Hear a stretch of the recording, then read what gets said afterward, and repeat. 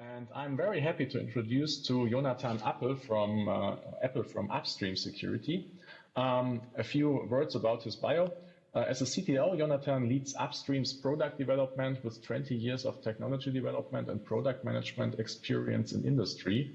And he has extensive experience in cybersecurity innovation from his tenure at Checkpoint and Imperva, as well as experience in developing enterprise-grade cloud-based analytics technologies from his time at Microsoft. Yonatan holds a BA in computer science from the Open University of Israel and a Bachelor of Laws from Tel Aviv University. And his talk will be about global trends in automotive cybersecurity with an emphasis on recent years, based on his company's analysis of hundreds of recent incidents. Furthermore, he will provide an overview on the potential damage of a multi-vehicle attack and on current solutions incorporated in the industry. The talk is joint work with Oded Yakoni and Faye Goldstein. And welcome, Yonatan. The floor is yours. So thank you very much, and hello everyone, good evening. I'm glad to be in this forum, and what I'm going to cover is the cyber attack trends in the smart mobility ecosystem and their effect on the regulations and threats on automotive services. So the session is going to be divided to three parts. The first is we're going to talk about an aggregated threat landscape built from hundreds of incidents that we've researched, again, like most of them from the recent years. The second part will talk about WP29 regulation and how the threats in the WP29 are related to the threats that we see in the field. And the last part will cover the high-level defense strategy on how to protect the OEM and the road user from these threats. So let's start with talking about the incidents. So our research team collected and analyzed incidents from the last decades, and we've covered more than 600 incidents. All the incidents are from public information sources and are completely public information. And we're going to walk over these incidents, aggregate information and analytics, and derive insights from them. So let's first start at the number of incidents. So what we see here is the yearly division of the number of incidents in the last decade. We see that in 2010, the volume was very low, but there was a steady and significant increase over the last 10 years. And for example, in 2019, we can see that the number of incidents was times 8.5 compared to what it was in 2016. Another very interesting and important key metric is that in 2019, for the first time, the number of black hat incidents surpassed the number of white hat incidents, which again shows the maturity of the attacks and the threats. Looking at 2020, so we're not over with 2020 yet, but we see that the number of attacks in 2020 is quite similar to 2019. And we attribute that to two sources. First of all, 2020 is the COVID year. And since the information here is from public sources, the media focus was a little bit different than 2020. The second factor is that we think that OEM bug bounties are very effective and reducing the number of bugs that OEMs have. And moreover, they also raise the bar on finding threats on the OEMs. Now let's look at the top automotive cyber attack vectors. So when we talk about attack vectors, it's how the attack was carried, what was the entry gate. So we see that the top vectors are first and foremost servers and keyless key fob attacks. These are the top ones. And then we have mobile app, OBD port, IT network, and infotainment. And the reason for that, we divide it to two reasons. One is the attack motivation. So when you hack a server, you can get access to millions of vehicles and you can get lots of data. So the motivation is high, and also servers are accessible because they're on the internet. And for keyless entry, so again, these are attacks that are easy to carry out. We'll see specific examples of that in a later part of the presentation. And also, again, the report is financial and immediate, and that's straightforward. Now let's talk about the impact of the attacks. So when we talk about the impact, we talk about what the attacker gained from the attack. And we see that the top ones are data or privacy breach, car theft, controlling car systems, and business disruption. Again, we see that part of these are quite common into the IT world, the data privacy breach, service and business disruption. But we see that some of the impacts are specific to the automotive industry, and so are the related threats, which is car break-in and controlling the car systems, which can ultimately cause a safety risk. Now let's look at another interesting metric, which is the CV information. So here we see information from 108 CVEs that we've collected and analyzed, and these CVEs are attributed directly to the automotive industry, either OEMs, which are here in blue, or tier ones or tier twos. And by the way, we saw 20% of them were added this year, so we're seeing lots of activity. And we can see that, not surprisingly, the top target or the top entities affected by those CVEs are the OEMs. And generally, you know, the larger you are, the more likely you are to be affected by a CVE, and that's not surprising. So we're seeing that the attack landscape on the vehicles is wide, and basically there's a commonality between all of these attacks, and these are the challenges related to the automotive industry, and we see four main challenges for the automotive industry. The first one is the complexity of the vehicle. The vehicle has a growing number of endpoints. They're software-based, and there's more and more software in the vehicle, which means that there are bugs, and the complexity and bugs are always a source of vulnerabilities and cyber attacks. The second one is backend systems. So in 2020, 2021, we're seeing hundreds of millions of vehicles being connected to backend systems. And here you have an IT to OT connections, which of course is high risk. It both increases by far the number of entry points or attack paths through which you can get from the IT domain to the OT, to the vehicles. And also, when you implement such an attack chain, you can, again, reach millions of vehicles, so the reward is high. Okay, so again, this is a source of complexity and risk. The third one is supply chain. So the vehicle supply chain is complex, and moreover, the vehicle is on the road for between 10 and 15 years, which means that you need to keep the supply chain secure for a long time, which is a big and known challenge in the automotive industry. And the last and maybe most important is the changing threat landscape. So with the vehicle post-production period being years on the road, you'll have new attacks and new attack techniques, and the OEM needs to keep the vehicle secure for its post-production period, its entire life cycle on the road. So we're seeing lots of attack types, increasing number of attacks, and lots of complexity in addressing these attacks. And not only we see it, but also the industry, governments, regulators, standardization bodies. And this is why in the last 5 years, we've seen intensive activities on standards, regulations, and various framework best practices. All of them are basically targeted to address these threats. Each of them works on a different angle of it or different emphasis, but basically all of those standards, frameworks, etc., are targeted to reduce and mitigate the risks related to the challenges and the threats that we reviewed. Again, you see here many frameworks and standards, but at least nowadays the most prominent ones are the ISO SAE 21434 and the UNEC WP29 CSMS and SUMS. So let's take a look at the WP29 CSMS regulation. So basically, as you probably know, this regulation has two parts. The first one is the CSMS management system, which means that the organization should protect itself against attacks, discover new threats, assess and mitigate them, detect cyber attacks based on vehicle logs, and secure the supply chain. And the vehicle type approval, which means that you need to apply these threats per vehicle type and also extract meaningful telemetry from the vehicle that will enable detecting these attacks. But besides the general guidelines laid by CSMS, there are also an Annex 5 to the regulation that has a specific list of threats or threat families. And actually the regulation mandates that OEMs protect the data, the servers, and the vehicles from these 7 threat families.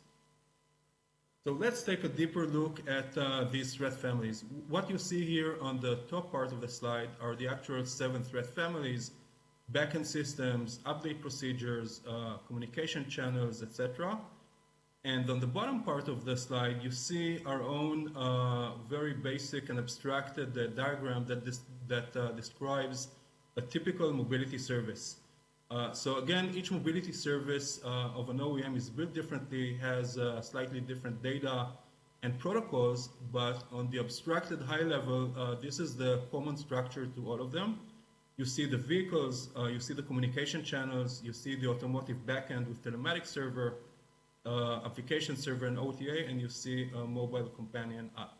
So each part of this generalized abstracted mobility service can and is a source of threats, and WP29 regulation mandates you to cover all of these threats by listing these 7 families of threats.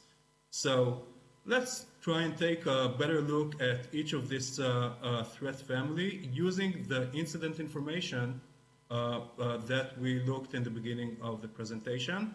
But now we won't look at aggregated data, but we will look at specific examples that are relevant to these threat types. So the first one is backend server threats. Essentially, these threats mean that the backend server, someone can take over a backend service, and from the backend service either steal information related to the fleet or attack the entire fleet from the backend server. And there are 3 attack vectors that can utilize this threat. The first one is an insider taking control over the server and attacking the fleet. The second is someone hacking from an application server. And the third and very interesting one is from the vehicle itself. Someone can actually use the telematics channel as a means to take control over the backend service and from there attack the entire fleet. So let's look at specific examples for that. So we have 2 examples here, 2 very recent examples from this year. In both of these examples, the telematics channel was leveraged in order to risk the entire fleet. The first one is a research conducted this year by Pentest Partners. What they did is they extracted the SIM card from the vehicle, connected it to their laptop, and attacked the telematics backend of the research customer and took over the telematics server. The way they did that is that they actually leveraged an insecure telematics channel that allowed not only connecting to the backend server, telematics server, but also allowed connecting to the entire backend of the TSP. Using this connection, they were able to connect to the domain server and gain root access to the domain server. The second example is related to Tesla. So here, this example is about the Tesla telematics service called Mothership. And here the researcher actually dissected and researched the Mothership application and found 2 vulnerabilities. The first one enabled him to extract the VIN and actually the vehicle information of the entire Tesla fleet that was managed by Mothership. And the second one enabled him to authenticate as any selected VIN. The combination between these 2 vulnerabilities enabled him to control remotely the entire fleet. The next threat family is communication channels. So this threat family deals with any communication channel that is related to the vehicle. And here the actual threats are common to any threat related to a communication channel similar to the IT world. It's man in the middle, session hijack, spoofing, denial of service, data manipulation, etc. And the concrete example for that is an experiment that was done as part of a hackathon done by a company called Coma.ai earlier this year. And here they actually manipulated internal communication inside the vehicle using the FlexRay protocol. They actually manipulated factory messages, and through this manipulation, they gained control over the EPS, the power steering ECU, and were able to control the vehicle steering using a joystick. The next threat family is update procedure. Threats on the update procedure, which are essentially threats on the software updates on the vehicle. And here there are two types of threats, a threat on the update process itself and the threat on the code that's being deployed by the process. And the target is to protect both remote software updates and local software updates. A specific example of that is related to Tesla. And here, so the target of the hack was to bypass a feature that Tesla has that actually enables the user to buy performance acceleration. It's called acceleration boost, and the customer pays for this feature $2,000. And actually here, a Canadian company called Nginx offered the customers to actually enable this feature on the vehicle without purchasing it from Tesla. So it's actually an interesting point if this is ethical or not ethical, but if we talk about the technical perspective, what they actually did is bypass the update procedure to enable a feature on the vehicle without the OEM intending for that to happen. The next threat family is unintended human actions, and here basically the end user is tricked in order to do something that he did not intend to do. And when we say end user, it could be the vehicle owner or an operator of a service. Another part of this threat is just an operator error that can trigger any kind of damage on the road user. So here we have two attacks for these families. First one is again on a Tesla. And by the way, just a small comment, we have many examples here related to Tesla, but this by no means implies that Tesla is less secure than other OEMs. I think it's actually a good sign that says that Tesla has a strong community that's doing bug bounties and exposing bugs. So it's important to know that. And returning to the actual incident, so here someone actually showed how he can trick a user into installing a rogue application that employs a rootkit on the phone. When the rootkit is there, it manipulates the Tesla application to send the Tesla credentials to the attacker. Once the attacker has the Tesla credential, he can take over the Tesla remotely and steal the car. So this is one example. The second example is an operational glitch in Mercedes-Benz that basically exposed information of other users, unintended exposure of specific user information. This was promptly fixed by Mercedes once discovered. The next family of threats are threats related to external connectivities, and these are threats generally related to the vehicle's interfaces, infotainment, OBD, Wi-Fi, Bluetooth, etc. So the vehicle interfaces with the outside world, or to applications that are being deployed to the vehicle, to the infotainment system. And again, we have here two examples for that. The first one is maybe the most common nowadays. It's again a key fob attack. And here the hacker actually stole 8 vehicles belonging to 6 different OEMs over a period until he was arrested. The interesting thing about this attack was the simplicity to do it. The hacker just bought specific gear and performed the attack until he was arrested. The next one is a high-end attack performed by Keen Labs, and here they actually leveraged weakness in an infotainment system in the Bluetooth interface to the AVN infotainment system in Toyota. Through this weakness, they were able to gain control over the infotainment system, and from there, using a series of steps and crafted diagnostic packets to physically affect the vehicle. The interesting point about this hack is that the Bluetooth vulnerability was in a prepared stage, which means that it was enough to be physically proximate to the vehicle in order to take control and affect the vehicle physically.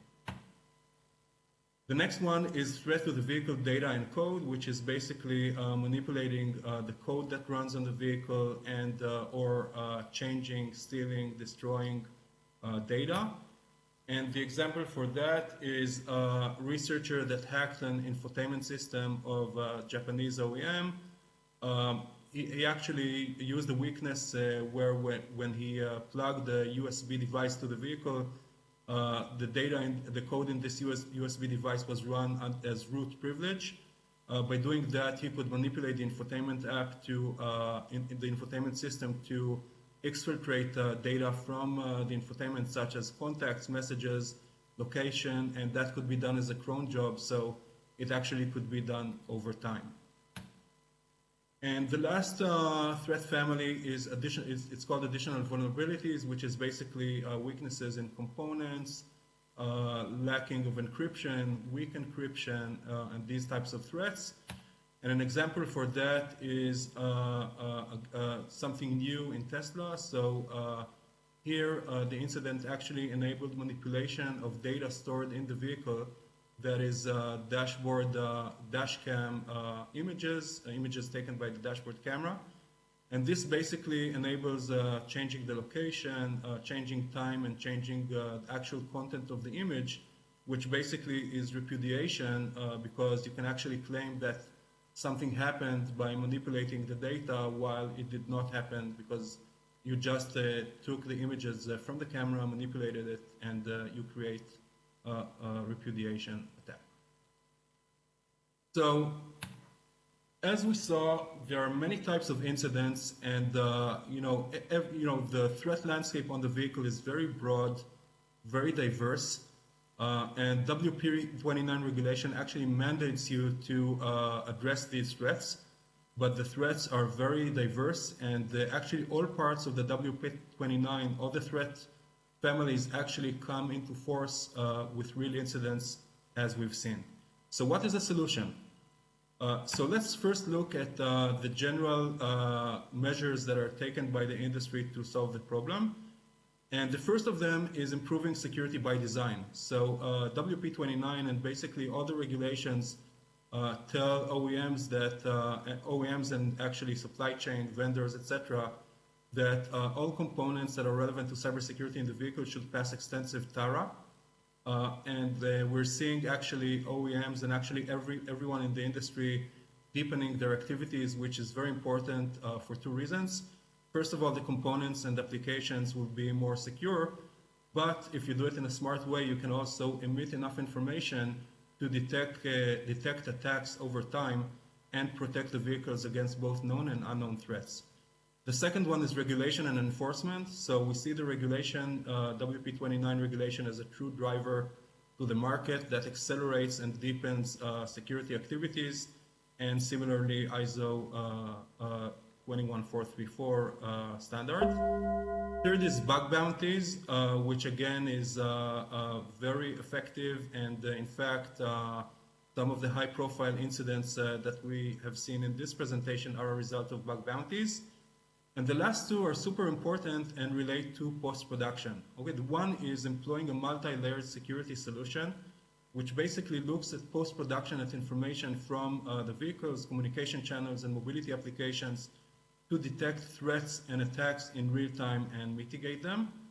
And the last is vehicle SOC. A vehicle SOC is a SOC that is actually an expert on vehicles and can detect threats and mitigate them in a fast way. So let's take a more deeper look at the last part of the post-production, which is also our focus here in Upstream Security. So what we're seeing here is a detection model, and this detection model has two sources of information.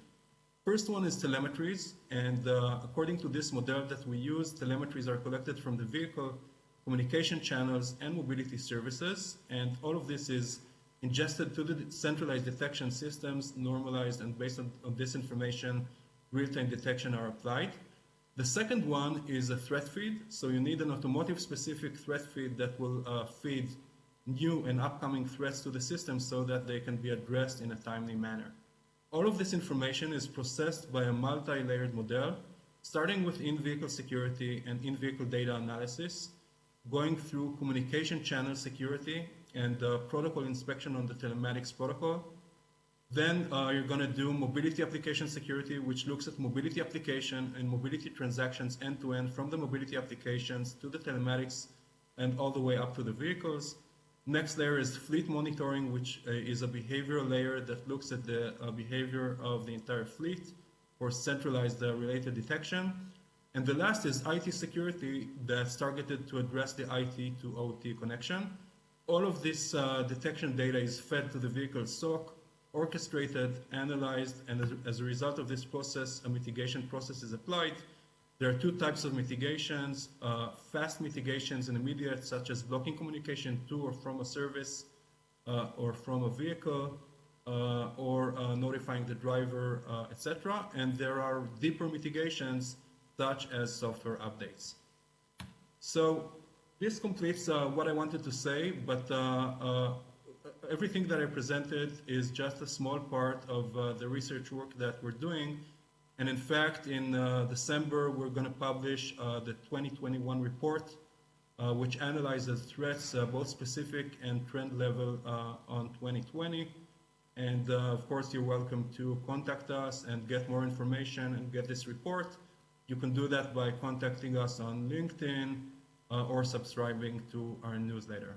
And with that, I'm done.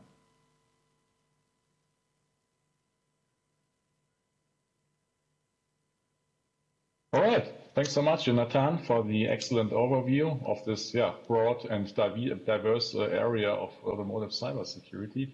So I'm looking forward to see your report. We have one question in the Slido. I hope I got it right, so I'm just reading that question. So what's your perspective on how to balance live monitoring in the field versus intelligence gathering via information sources to comply with WP 929's requirements? So thank you, that's an excellent question. In my perspective, both of them are critical and basically cover different aspects of the threat landscape. When you do real-time detection based on logs, you can detect attacks that are specific targeted at you, 0 days, and attacks that you basically didn't know, and you can actually provide near real-time detection and mitigation and protect both your users, the driver, road users, and data. And the threat feed can actually be a longer-term mitigation when you collect threat information, both specifically on yourself from sources like the darknet, or even public sources like we viewed in this presentation. You can actually foresee attacks before they happen to you and take preventive measures, before the attack happens. So basically, these two sources are complementary. That's the way I see it, and as far as I know, the WP29 regulation sees it in a similar way. All right, thanks a lot. One more question regarding your slides. Would they be available for the audience? Sure. Okay, thanks. So you can drop us a note and we can distribute it. Okay, since there are no more questions, thanks so much again, Yonatan, for your talk.